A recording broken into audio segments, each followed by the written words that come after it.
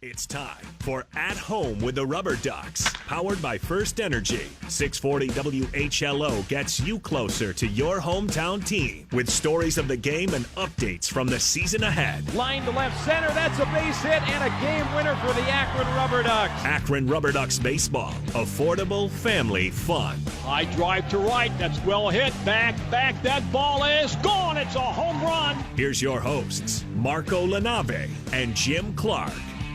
Welcome into this edition of At Home with the RubberDucks. Marco LaNave joined by my partner Jim Clark. And this week we continue the theme of checking in on how the Cleveland Indians are adapting to the new system of minor leaguers and their player development here in 2020. And James Harris, the Vice President of Player Development, will be joining us during the show. But Jim, we've kind of had this thread of conversation with a couple of figures over the last few weeks to talk about how they're adapting to this new situation in 2020.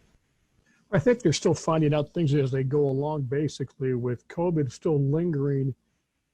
You don't know what day, what things are going to hold day to day. And the Indians have been lucky. It's only been to Shields, and he's playing now, so that's a good thing. So hopefully this can be the trend for them. Now, if guys could just find a way to hit, they'd be in pretty good shape. And one of the things that I think has been evident to people watching the Major League team is how well players, in particular some of the Indians pitchers, have stayed prepared. And that seems to be something that the organization really did focus on during this hiatus, is to stay ready and stay focused on the work that they can accomplish, even in the unknown. There's no doubt. The Indian guys, they're throwing bullpens the entire time. They stayed ready. Some of the hitters, you kind of wonder, but the Indian pitchers, no one wants to let anybody else down. You could see that start to start. Then the bullpen guys come on. It's been amazing watching these guys throw. And our guys, Savali, Plutko came in there, Bieber, one of the best in baseball, right on down the line. They've just been superb. And you mentioned some guys who have recently been RubberDucks. Of course, that roster is made up of a lot of RubberDucks. One of the points that James Harris talked about was how he is very proud, one, of debuts when those happen for Major League players. And we've seen Daniel Johnson got a debut, a former RubberDuck, earlier in this 2020 season. We saw James Karinchak last fall. He's also proud that so many guys on that roster you can remember wearing their minor league uniforms. Oh, it's so much fun watching Karinchak right now. He looks like he's a seasoned veteran. Comes out, throws strikes, gets outs, helps the team win. And James is right.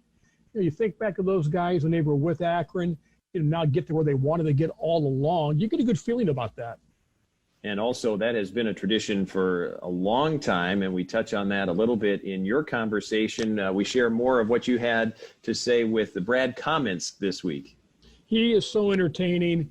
And he was also a very good baseball man and a very good manager. And we talk about his career. He'll talk about the catch that almost was. And it's one of the greatest almost catches in baseball history that he was with the Indians as well. But Brett talks about his time coming into baseball from his high school days and then leaving Akron and the Indians. And it's really a treat hearing him talk about that. So we'll look forward to that later on in the show. Brad Komminsk on to reminisce. And, of course, we will have that full interview available for you on the Akron RubberDucks podcast. That podcast, by the way, also includes all of the high school senior spotlight games that were hosted by the Akron RubberDucks at Canal Park, a full total of 6 different high school games, so 12 different high schools. Actually, I should say 14 high schools because there were some combination teams in there. And, Jim, really a special opportunity for those programs to play at Canal Park. Well, you can tell they're thrilled when they come out onto the field. And to go out there to get ready before the game, I think they walk into a park thinking, my gosh, this is like a big league ballpark for us. And it looks like one anyway. When they walk out there, it's such a spacious facility. And you can tell they're feeling pretty good about themselves when they're out there on the diamond. So you can listen back to those and, of course, all of the previous episodes of this show. But let's get into the content for this week. First, we want to remind you that if you're a listener, you can go to the Akron RubberDucks online team store, use the promo code RADIO to get 20% off RubberDucks team caps. But let's start into our content for this week. Marco LaNave, joined by James Harris. He is the Vice President of Player Development for the Cleveland Indians. 2020 is his 4th year with the organization. And James, thanks so much for taking some time. Just how are you at this point in the year?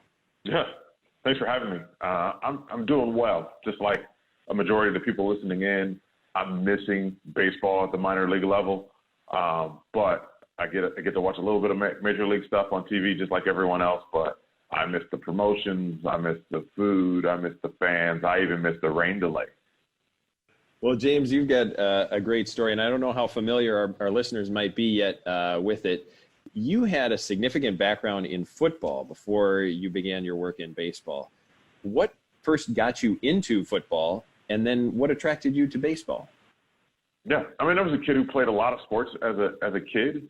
Unfortunately, I did not play baseball growing up, believe it or not. Probably the only farm director in all of baseball that did not, but played every sports. I mean, I played it in the street, but outside of that, like, grew up playing football, played football in high school, went to the University of Nebraska where football was king.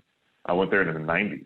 So 3 national championships in 4 years. How could you not be attracted to the sport? And then coming out of college, just continued to work in and never wanted to get a real job. So stayed in the sport as long as I could, and that led me to be around a lot of innovative coaches, a lot of great people in the game, and that just didn't apply to just the sport of football, especially at the college level. You got to be around a lot of sports. You were around Chip Kelly at the University of Oregon and with the Philadelphia Eagles. How has that relationship influenced you in your career? Oh, Chip's a major influence on me, how I see the world. First thing he does is he did not like the answer, that's the way it's always been done. So he would always research or encourage us to research to find the best way. It's like, hey, the best way, let's find out what that is, and then we'll see what the gap between what we can do and the best way is. But we always want to go to try to find the best way, and the only way to do that is to research, find people who are doing it very well, learn from them inside and outside of the game. So he always encouraged me and others to find experts and listen to them. So that was awesome, and Chip still does that today. And then you get into baseball, which is a sport where if the revered way of doing things is a thing, it is definitely a thing in baseball. What gave you the confidence that you could be in this industry and make an impact that you wanted to have? Well, it goes back to, I guess, being with football, being with Chip, reaching out to organizations that were doing great things, which allowed me to build relationships and learn more about baseball. Allowed me to connect with people like the Pirates, as well as the Indians and a few other organizations. And there's some things that baseball does really well. Think about all the data that's collected and the decisions that are made with data, which is something that we were trying to do on the football side. And what football does really well is they develop athletes especially from a physical perspective. So you put those two things together, and it's a really exciting combination. And I was hoping to take advantage of that opportunity to both learn and contribute what I had seen. So in your time with the Indians so far, what are you most proud of that the player development department has been able to do, or how it has grown in that short time? Well, first thing I'm proud of is the players that have come in and the staff that has worked with them has been able to contribute at the major league level. As a small market team, as we're described, you can't use that as an excuse. We still have games to play. So if you look at the roster and you see people who wore minor league uniforms, that makes you really proud. And that tradition started long before I was here, but great that we can continue to keep that thing going.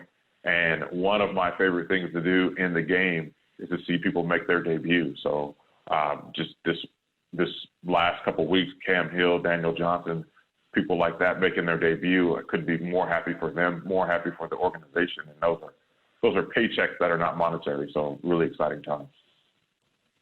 You mentioned Daniel Johnson, a former rubber duck. We've seen James Karinchak on the hill for the Indians, guys that are a factor now for the Indians this year. And this was less than a full season since they were promoted to Akron. What, from your perspective, made them ready for that next step to get to the big league? Well, yes, the big leagues is a goal of every player, but it's not just get there and leave. It's get there and be able to help our major league team win. So the big leagues is just another step. They're still developing up there. They're still trying to get better, still trying to harness in their gift and work towards making those gifts and skills better. So what's helped is being able to go up through the ranks and be in places like Akron where you can kind of challenge yourself and face high levels of competitions in front of fans and prepare yourself in every aspect for those major league games. And that's what those guys have been able to do. That was Cleveland Indians Vice President of Player Development, James Harris. And this portion of At Home with the RubberDucks was brought to you in part by Aimbridge Hospitality, Fairfield Inn and Suites, and the Courtyard by Marriott Akron Fairlawn, all partners presenting RubberDucks baseball. Stay tuned for more of the conversation with James Harris coming up right after this. You're listening to At Home with the RubberDucks on 640 WHLO, your new home for Akron RubberDucks baseball, powered by First Energy. Here at Sarah Auto Park, community service has always been a priority of ours. These days, that spirit is more important than ever.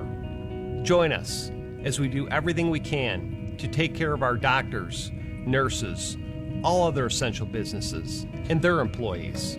If our community needs us for anything, even to safely get a bag of groceries to our most vulnerable, we're here.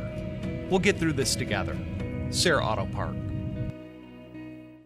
This is RubberDucks broadcaster Marco LaNave. When people ask me who's the #1 pick for print and copy solutions in the Akron area, I tell them Meritech, the pride of the RubberDucks for the past 9 years. Meritech's roster also includes IT consulting, cloud voice and data services for a powerhouse lineup to reduce risk, control costs, and increase productivity. So call Team Meritech today and tell them the RubberDucks sent you. Meritech Technology to empower your business. Exceptional care means having access to world-class physicians and services. That's the care Cleveland Clinic Akron General provides to Akron and the surrounding communities. Whether it's primary care or specialized services, we put your needs first with care that is comprehensive and, best of all, close to home. Cleveland Clinic Akron General is committed to the community and your health. To learn more about our services close to you, visit akrongeneral.org. KeyBank makes it easy to manage your money anytime, anywhere. I am crushed for time. KeyBank can help. How? And how soon? You have a smartphone? I have to. It keeps me organized. Download the KeyBank mobile app and then use your phone to deposit checks on the go, transfer money, even pay bills automatically. Awesome. Indeed. Learn how you can make even more financial progress when you use the Red Key, only at KeyBank.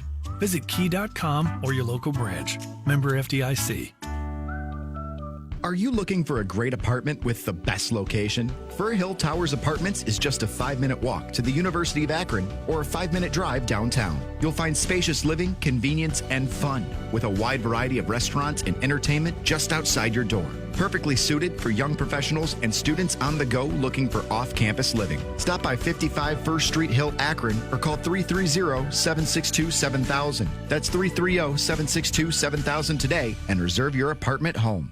For a lawn that looks as good as Canal Park, depend on Grassmaster. They're a locally owned and operated full-service lawn and landscape company. The development of a healthy and attractive lawn or landscape requires a great deal of time and hard work. It's Grassmaster's commitment to providing the necessary ingredients of knowledge and treatment materials to develop a healthy and attractive lawn or landscape. By choosing Grassmaster as your lawn and landscape company, you are assuring that your investment is protected and will grow in value year after year. Visit thegrassmaster.com. Everyone at Honda wants you to be safe. And right now, you need a car you can count on and your dealer to go the extra mile. So if your Honda needs parts or service, we're right here ready to help. Working to follow all government guidelines in order to get you what you need and help you stay safe with a reliable car that's ready to go when you need it. Visit NorthernOhioHondaDealers.com. Your business has a story to tell. Let Fast Signs Medina help you using the right mix of visual communication solutions like signs, banners, digital displays, fleet graphics, mobile marketing, health and safety communications, and so much more. Give Fast Signs Medina your business challenge and we'll come up with a plan to grow your business, reach more customers, and accomplish more than you ever thought possible. Fast Signs Medina. More than fast, more than signs, more than ready to help you grow your business. Call today and say Go Ducks for your discount. This is At Home with the RubberDucks on 640 WHLO. Deep drive out to right field. Rafaela turning, watching. It's gone to the Bud Light line. Tiki Terrace. Your new home for RubberDucks baseball, powered by First Energy. Welcome back. This is Marco LaNave, and this portion of At Home with the RubberDucks is brought to you in part by Precious Cargo Trailways and Luigi's, both part of our lineup presenting RubberDucks baseball. We now continue the conversation with Cleveland Indians Vice President of Player Development, James Harris. And we're seeing now the way that the Major League roster is this year. It's kind of unique. To start the year, there's the 30 with the Indians, and then there's the additional player pool in Lake County. What's kind of your role in this new roster makeup of the organization? Yeah, well, part of it is that, we call it Site 2, which is with Major League being Site 1, and Site 2, it's a lot of things. It's depth for our Major League team. It's also a development opportunity. And with those players, we have almost as many staff as players. We can get really, really deep into their development and make it individualized for each guy, and then come out and be able to do some live environments where there's some live VPs and competitions and things of that nature. So it's a dynamic environment. If you had to draw up what development could look like, you probably would draw up something very similar. So we're excited about what we're able to do there. You mentioned that player pool at Lake County. How did the Indians and you guys as an organization kind of look at what you wanted to happen ideally, because you could only put so many players in that space? What was kind of your goal for that group and what it could be? Well, first of all, we're playing games at the Major League level, and that's we're very fortunate to be able to continue to play. And with that, you're going to need some depth. You're going to need players that can step in and help you win a game if needed. So those are guys that are there, but also guys that are also developing at the same time. So you're hoping that your depth is not just there sitting around waiting, but they're also working on getting better, and that's what those guys are able to do. So whether we see them in a Major League game or not, which I'll imagine that you would, that they're ready and they're working and they're getting better. Just think of guys who are at the Major League level right now that were those depth guys the last year and a half. And our roster is littered with those guys. So the same thing in Lake County. Those guys should be the future of the Cleveland Indians. And you have a unique window into the future, overseeing player development. How has the player development department adapted and your day-to-day work adapted now in 2020 and with no minor league season? Yeah, that's a good question. It's definitely been a challenge. We're used to being with our players face-to-face, hands-on with them every single day, and not just in development, but building relationships and riding buses and things of that nature that allows you to get closer and build trust and work on being good teammates. There's a lot of aspects of the game that we're missing right now, but there are also a lot of aspects of the game that we can still work on. That doesn't mean that our players have not stopped throwing and lifting and hitting and things of that nature.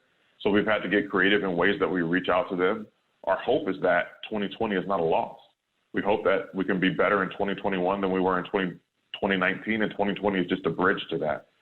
So our players are still working, and we're still in constant communication with them, and hoping to provide them feedback along the path with the hopes of getting back on the field very soon. And you've been doing work from home essentially this whole time. I imagine that makes it a little bit different than going to a bunch of ballparks. Yeah, I'm on Zoom like I am right now, probably 7 to 10 hours a day, whether that be with players or staff or coaches or front office people. The communication level is probably been better than it was when we were actually in Cleveland in our offices, just simply because you can pick up the phone, throw on a camera, and get on a call. And same thing with the players is because there's not a 7 o'clock game every night, you have great access to them, as well as between their workouts, you can continue to connect. So it's been challenging, but yet not all is lost. Now you have to oversee a lot from afar, and one thing I thought of is the Indians also have their academy in the Dominican Republic outside of the United States. How was that adapted over the last few months? it's been very, very similar. Most of those players have gone home. There were some players that were just not able to go home, so they're still training with us. But with that, we still have to make the same precautions as we would anywhere else. We want to make sure that those players are safe and healthy as they continue to develop on the baseball side, and we've been able to do that to this point. James, you mentioned earlier the vast amount of data that can go into baseball. How do you measure player improvement and performance now remotely? Yeah, that's a tough one. I guess the main one is that you have to do is you have to have conversation with your players and use video and things of that nature. It's just not the typical way that you would do it with what happens in the game. So we've had to get very creative with what we've been able to collect and use.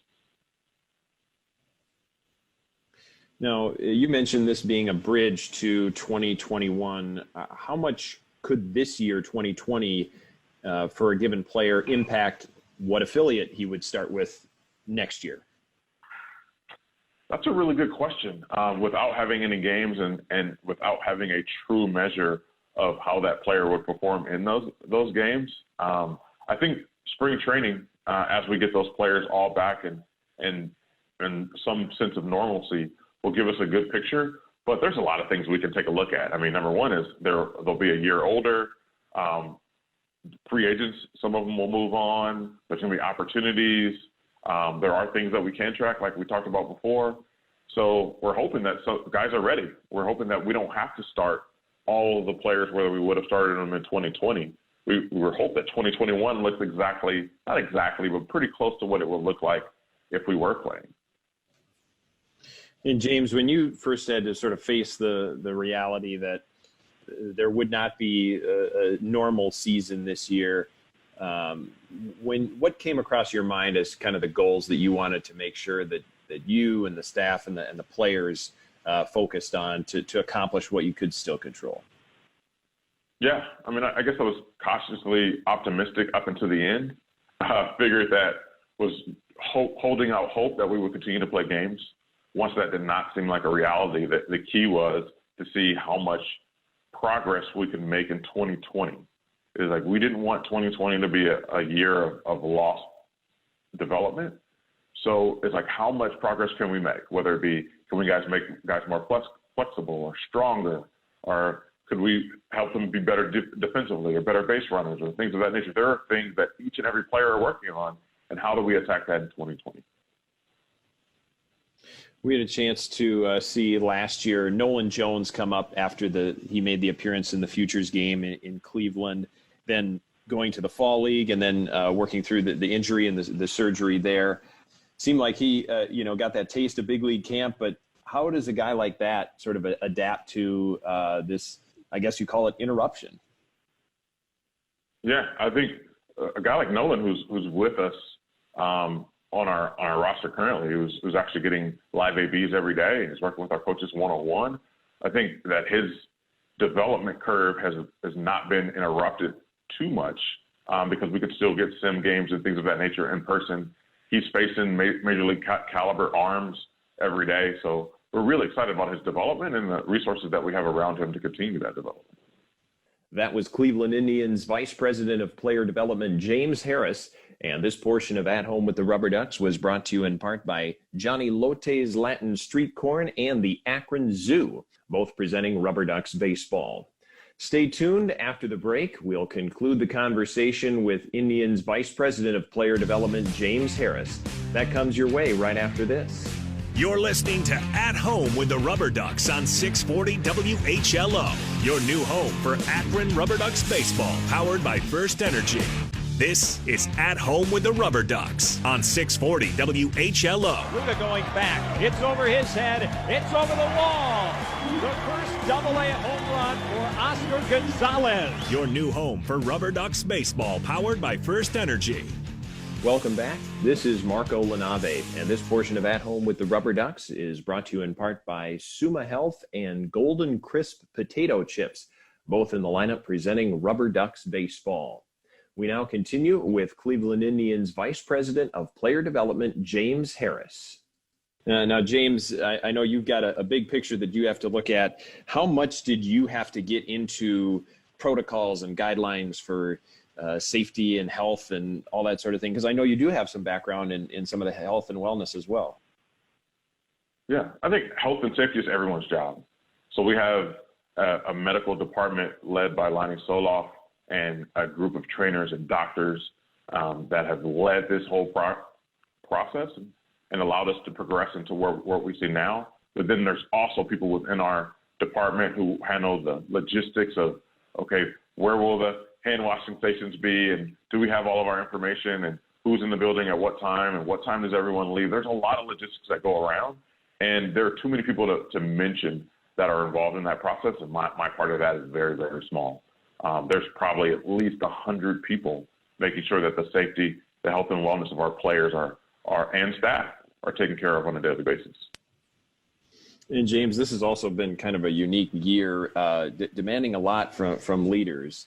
And I want to ask you, in your role as a leader, how have you sort of helped or tried to help guide the staff and the players through some of the dynamics that we've seen with the virus and seeing the killings and protests and the social conversations about racial justice and other issues, and even how baseball has been in the spotlight in the news? How have you sort of tried to lead through what this year has been? Yeah, 2020 has been a challenging year, as we all know, and I don't think very many of us have seen a year like this before. But it's also been an opportunity. It's been an opportunity for conversation. It's been an opportunity to share perspective, and we just have a choice. We can either let all of this divide us, or we can let all of this unite us. And through being able to pull together closer, to learn more about each other and learn more about our communities and how people have grown up and what they've experienced, has allowed us as an organization to be closer, and we're hoping to spread that throughout the community. And for your own self, how have you sort of been able to, be inspired, or what have you kind of turned to during this time? Yeah, I mean, initially, I'm fortunate enough to have my parents and my grandparents alive. So initially, I lean on them for guidance and perspectives and things that they've gone through in their own life.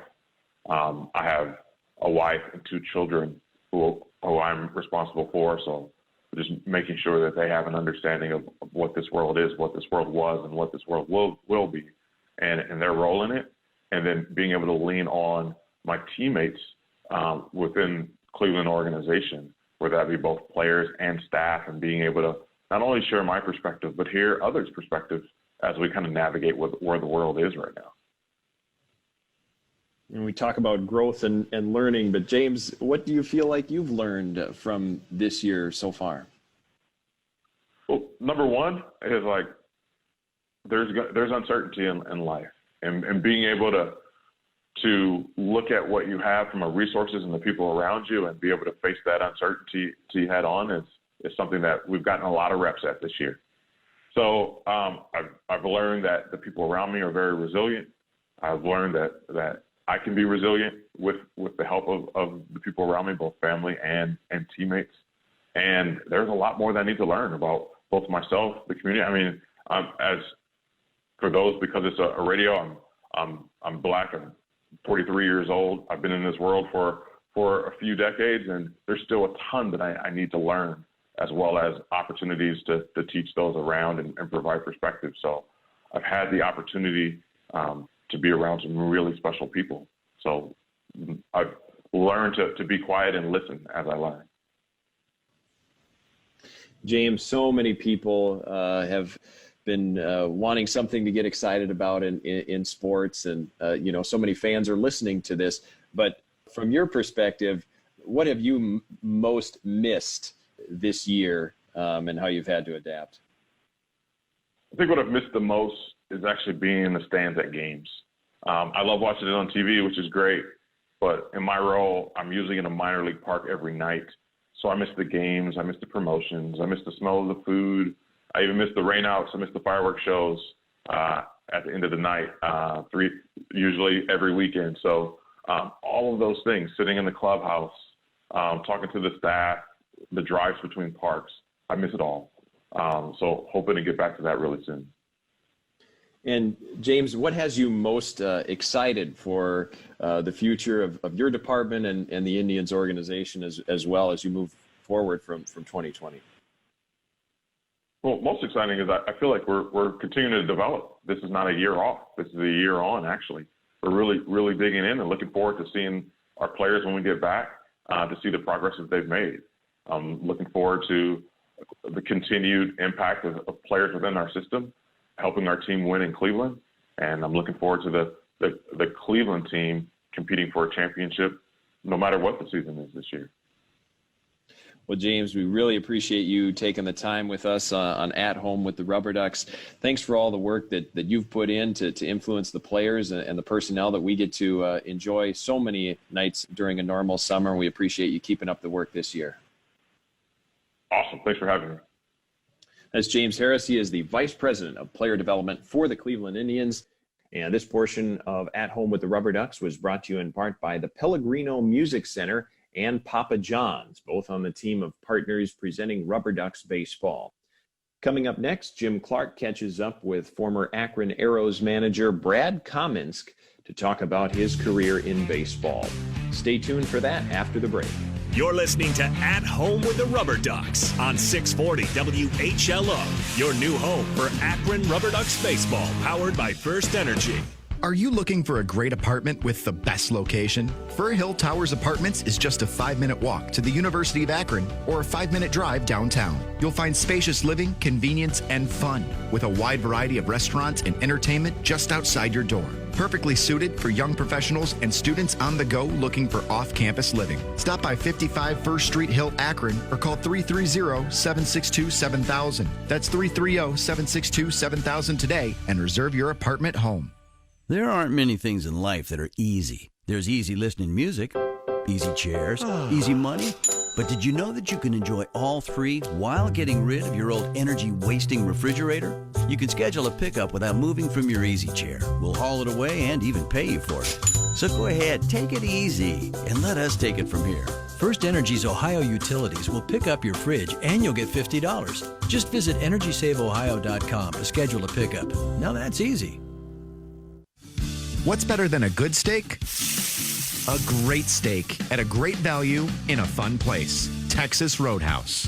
From fall-off-the-bone ribs to made-from-scratch sides, we've got something for everybody. Great steak at a great value. Texas Roadhouse. Located at 4310 Lake Point Corporate Drive in Stowe, and now offering drive-through, carry-out, and curbside service. Visit TexasRoadhouse.AlohaOrderOnline.com or call 330-920-9844. Bridgestone Drive Guard tires deliver a clutch performance that won't leave you stranded on the side of a rural road or a busy highway. They're engineered to take a puncture and to keep running up to 50 miles after a flat at 50 miles an hour. Plus, you'll get the smooth, quiet ride and impressive tread wear life you've come to expect from Bridgestone tires. Let the clutch performance of Bridgestone Drive Guard tires give you peace of mind. Bridgestone, proud sponsor of the Akron RubberDucks. Here at Sarah Auto Park, community service has always been a priority of ours. These days, that spirit is more important than ever. Join us as we do everything we can to take care of our doctors, nurses, all other essential businesses, and their employees. If our community needs us for anything, even to safely get a bag of groceries to our most vulnerable, we're here. We'll get through this together. Sarah Auto Park. No savvy traveler likes long lines or waiting around. So, lucky for you, the Akron-Canton Airport is easy and fast. With affordable on-site parking, quick check-in, and short security lines, you'll be through the airport in just minutes. CAK gives you more freedom to enjoy the things you love, like vacationing. With low fares to 11 nonstop destinations and just one stop to the world, book your next adventure from CAK. RubberDucks fans, check out City Barbecue in Fairlawn for the best barbecue in town. I gotta tell you, City Barbecue is the best smoked meats I've ever experienced in my life. Literally the best beef brisket sandwich I've ever had. Definitely the best barbecue I've ever had. My best all-around barbecue experience ever. Best barbecue around. Some of the best barbecue I've personally tasted. I highly recommend this spot for some of the best BBQ you'll ever have. Visit citybarbecue.com or stop by 2870 West Market Street in Fairlawn. Everyone at Honda wants you to be safe. And right now, you need a car you can count on and your dealer to go the extra mile. So if your Honda needs parts or service, we're right here ready to help. Working to follow all government guidelines in order to get you what you need and help you stay safe with a reliable car that's ready to go when you need it. Visit NorthernOhioHondaDealers.com.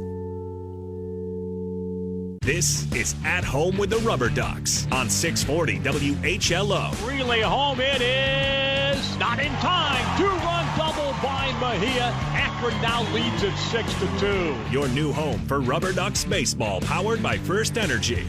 Welcome back. This is Jim Clark, and this portion of At Home with the RubberDucks is brought to you in part by Visit Jacksonville and 5 Star Meats, both presenting RubberDucks baseball. Today we have the treat of talking with the first manager to win a championship at Akron, Brad Komminsk. And Brad, thanks for taking the time today. Jimmy, great to hear from you, and I'm looking forward to it. Been a long time. Love my time in Akron, no doubt about it. What a great place. We loved having you there. Let's go back now, Brad. Shawnee High School in Lima. You played your high school ball there. You had college offers from Ohio State, Nebraska, Clemson. What made you turn those down and sign with the Braves in '79? Probably the biggest thing was being a number 1 pick, I guess. It was tough to turn down, but you know, as a kid, I always wanted to play baseball, and had the opportunity to sign a professional contract. That was definitely the way to go. The 4th pick overall. Yeah, right. So that was really tough to turn down. How do you turn something like that down? You know, it's a great opportunity, and the Braves are a great organization. I really enjoyed my time with them, and they treated me great. And the rest is history. I stayed in the game for, 35 years, I guess. You know, different time back then. You know, if you sign that contract now, maybe they bring you along a little bit slower. But, boy, they were tabbing you as the next Andre Dawson, a Triple Crown guy, the guy with the best tools in minor league baseball. They're talking about 5 tool guys for the Braves. And the last 5 tool guy the Braves, I know the Braves had, was Hank Aaron. Yeah, right. Yeah, it's, a lot of people put some accolades on me. They never panned out. But, nowadays, obviously, number one, they would have probably stuck with me a little bit longer nowadays with all the money they invested in it. But back then, it was just, you come up, and if you don't produce right away, you're gone, and that's pretty much happened. I started off slow and never really quite got my confidence at the major league level, but it is what it is. I have no regrets or anything. And like I said, I enjoyed the Braves organization. They treated me great, and as did all the other organizations I played for. I don't look back and have regrets. I played hard and thought I did all I could do. Well, you're playing the game you love, and, we've watched this film hundreds of times of the catch robbing Ripken. Talk about that play. Well, it's actually John Farrell, who was the farm director with Cleveland, was pitching at the time, and I was playing center field, which I played a lot of center when I was with the Indians. So, Ripken just hit a ball to deep left center, and I got a good jump on it, got a beat on it, and I don't know, the rest was just instinctual more than anything. Nothing was really planned out. I leapt, caught it, and fell over the fence. I did actually drop it on the other side, which, some people realize, some don't. But when I fell and dropped on the other side, I looked like my left arm, my glove hand just kind of swung down pretty quick, and I must have the ball right in the end of the glove, and it just kind of flipped out. I tried to recover the ball, or thought I was going to try to recover the ball and bring it up like I made the catch. The ball was caught in between like a tarp holder, one of those big metal things that held the tarp. It was against the fence back there, and the ball was down there, and I looked down to get it, and then I looked up on the diamond vision, and sure enough, they had me on camera. So that foiled all the plans I had to finish off the greatest catch ever, maybe. So I did drop it, or one of them. I should have. There's been a lot of great catches, but one that would have been up there, and so I got busted on the camera and couldn't haul it up like it was a catch. But it was fun. I got obviously a lot of people remember it, so it's interesting. I see a lot of posts on Facebook that people will pop it up. My son will pop it up every now and then, or his buddies at school do it. So it brings a smile to my face, definitely. Well, you played with the Indians in '89, playing with Joe Carter, Brooke Jacoby, Pat Tabler, some pretty good ball players with you in the '89 season in Cleveland.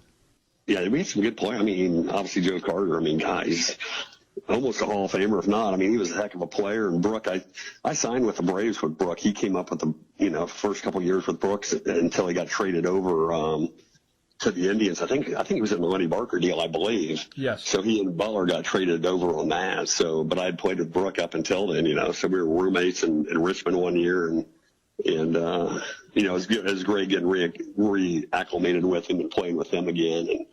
And Corey Snyder was there, and the governor, Jerry Brown, and Pete O'Brien, and we had some pretty good players, and we were, I mean, if you look into August, I mean, we were right in the thick of things, and then we just kind of fell apart, but we were right in the hunt back then, and had a little excitement, back in Cleveland, their baseball team there for a while, but we did what they've done so many times before, just kind of fell apart at the end. But it was fun there for a long time. We got good.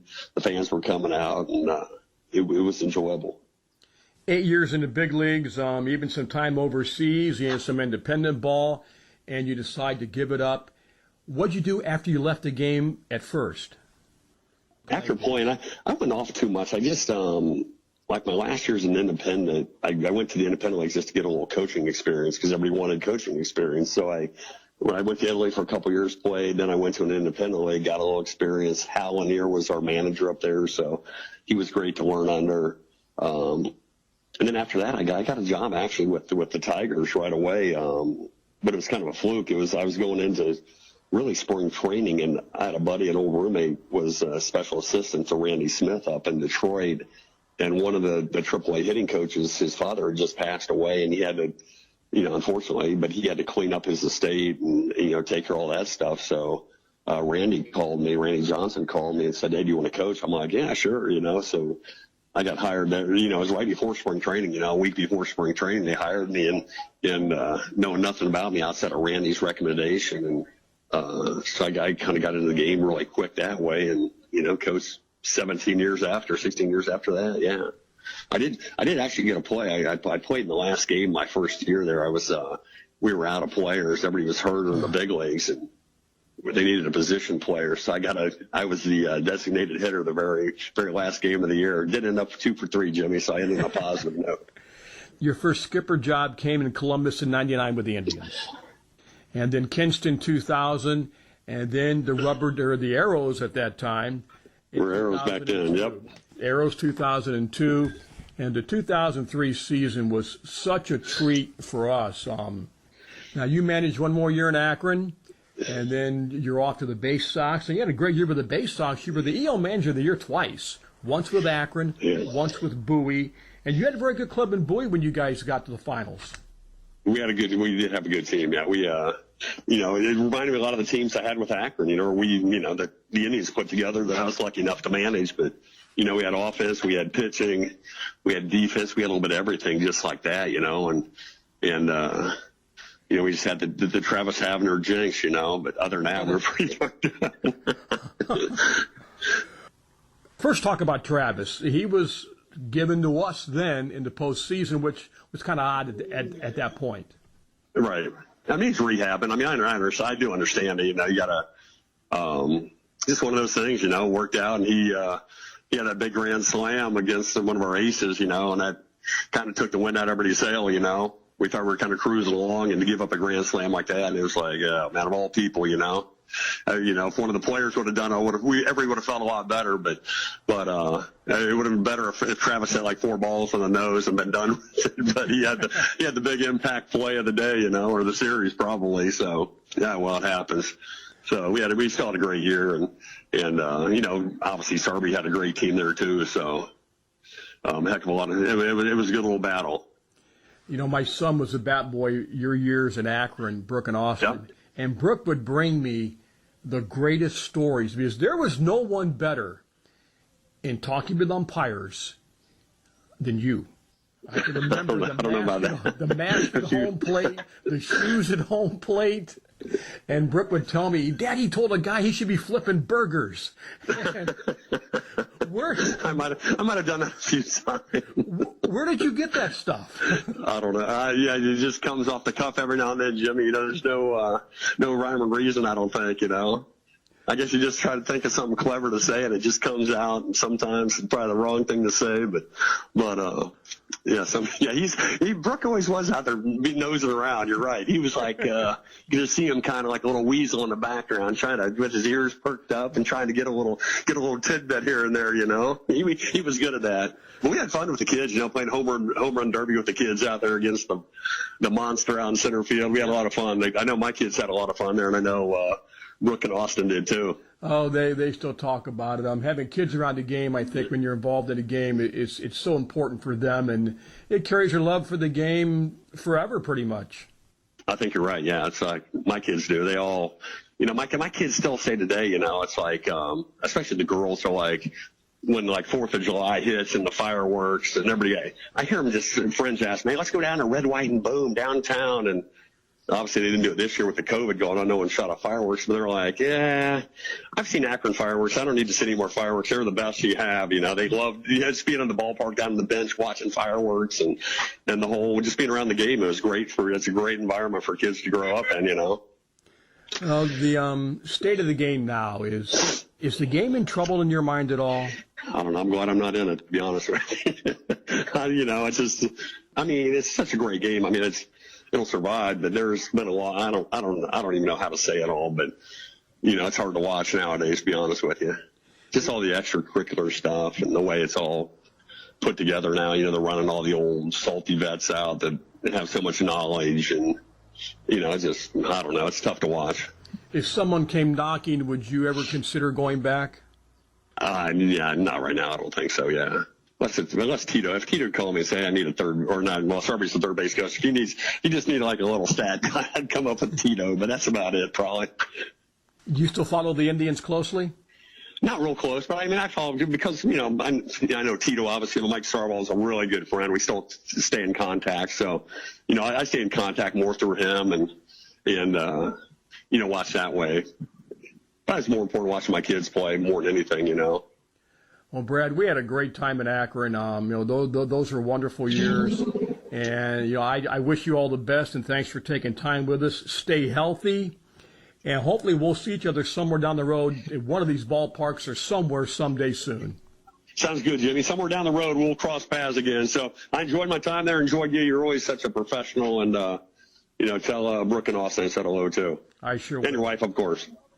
Thanks to Brad Komminsk.